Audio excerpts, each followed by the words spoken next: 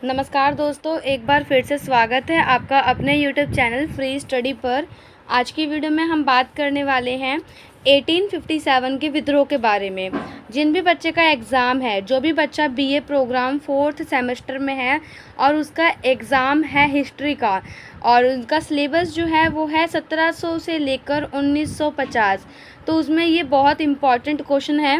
ये क्वेश्चन आपका ज़रूर आएगा ही आएगा। 1857 के विद्रोह के बारे में या तो आपसे कारण पूछ सकता है या परिणाम पूछ सकता है, और इसके अलावा भी बहुत सारी चीज़ें हैं जो वो पूछ सकता है। लेकिन मेनली क्वेश्चन जो आपका इसमें से बनता है वो यही क्वेश्चन है कि 1857 के विद्रोह के बारे में आपको बताना होता है। तो सबसे पहले आपको भूमिका लिख देनी है। भूमिका तो आप पहले से ही लिख लेंगे कि कैसे कैसे स्टार्टअप हुआ, ठीक है।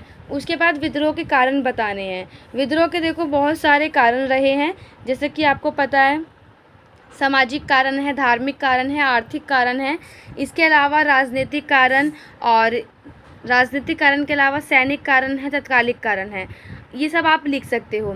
तत्कालिक कारण में आपको क्या लिखना है? तत्कालिक कारण में आपको ये लिखना है कि जो न्यू इनफील्ड राइफ़ल आई थी, जिसमें आपको पता है कि कारतूस लगी थी, जिसको मुंह से हटाना होता था, चर्बी युक्त कारतूस थी वो, और ऐसा बोला गया था कि उसमें सूअर की और गाय की चर्बी है। तो ये हिंदू और मुस्लिम दोनों को ही पसंद नहीं आया। तो ये आप पूरा कहानी जो आपको पता है वो एक्सप्लेन करके लिख सकते हो। सैनिक कारण आपको पता है कि सैनिकों के बीच में भेदभाव किया जाता था। जो भी सैनिक थे ईस्ट इंडिया कंपनी के, यानी जो भी अंग्रेजी सैनिक थे और जो भारतीय सैनिक थे, दोनों के बीच में भेदभाव होता था। और एक अधिनियम आया था 1854 में, जिसमें फ्री डाक सेवा को बंद कर दिया गया था।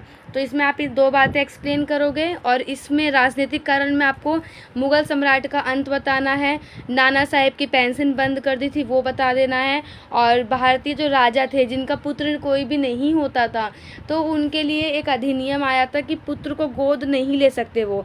जिस भी राजा का पुत्र नहीं होगा उसके मरने के बाद उसकी संपत्ति किसके पास जाएगी? उनके पास जाएगी, अंग्रेजी ईस्ट इंडिया कंपनी के पास। तो ये आप लिख सकते हो। आर्थिक कारण आपको पता है कि भू राजस्व नीति, जितनी भी भूमि से संबंधित जितनी भी नीतियाँ थीं आपको वो बतानी है, और कैसे कैसे कृषकों का शोषण किया गया, किसानों का, वो आपको बताना है। सामाजिक और धार्मिक कारण वही है कि भारतीयों का अपमान होता था वहाँ पर, और लोकी कानून आया था, धर्म परिवर्तन था, ईसाई धर्म जो अब नहीं अपनाता था तो उसको जो है पिता की संपत्ति नहीं मिलती थी, ये लोकी कानून के अंदर था, ठीक है। उसके बाद आपको लास्ट में परिणाम लिख देना है। परिणाम आपको मैंने सब हेडिंग बता दी है कि आप ऐसे हेडिंग बना सकते हो कि ईस्ट इंडिया कंपनी के शासन का अंत हुआ था, और डायरेक्ट जो है वो शासन कौन कर रहा था? वहाँ की जो महारानी थी इंग्लैंड की, वो करने लग गई थी, और गवर्नर जो जनरल थे उनके पद में चेंजेस हुए थे।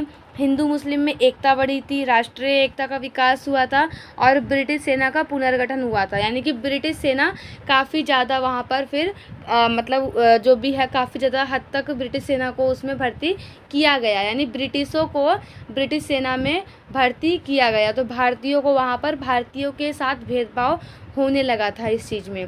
उसके बाद आपको लास्ट में निष्कर्ष लिख देना है। आपको टोटल जो है एक जो क्वेश्चन आपसे ये पूछता है, 5 क्वेश्चन आपको करने होते हैं, जिसमें से आपको अगर 5 क्वेश्चन करने हैं तो एक क्वेश्चन में आपको 6 पेज भरने होते हैं, ठीक है। तो एक पेज आपका तो भूमिका का हो जाएगा, एक निष्कर्ष का हो जाएगा, 2 पेज आपके जो आपके कारण है उसका हो जाएगा, और 2 पेज आपके परिणाम के हो जाएंगे। तो ईज़िली आप इसमें 6 पेज जो है आराम से भर सकते हो। 5 क्वेश्चन होते हैं, इसीलिए 6 पेज आपको भरने होते हैं। अगर आपके ज़्यादा क्वेश्चन हो, जैसे मान लो कभी कभार क्या होता है कि 4 क्वेश्चन करने होते हैं, तो उस कंडीशन में आपको 7 से 8 पेज भरने होते हैं। बाकी मिनिमम आप 6 पेज का आंसर आपको लिखना ही होता है।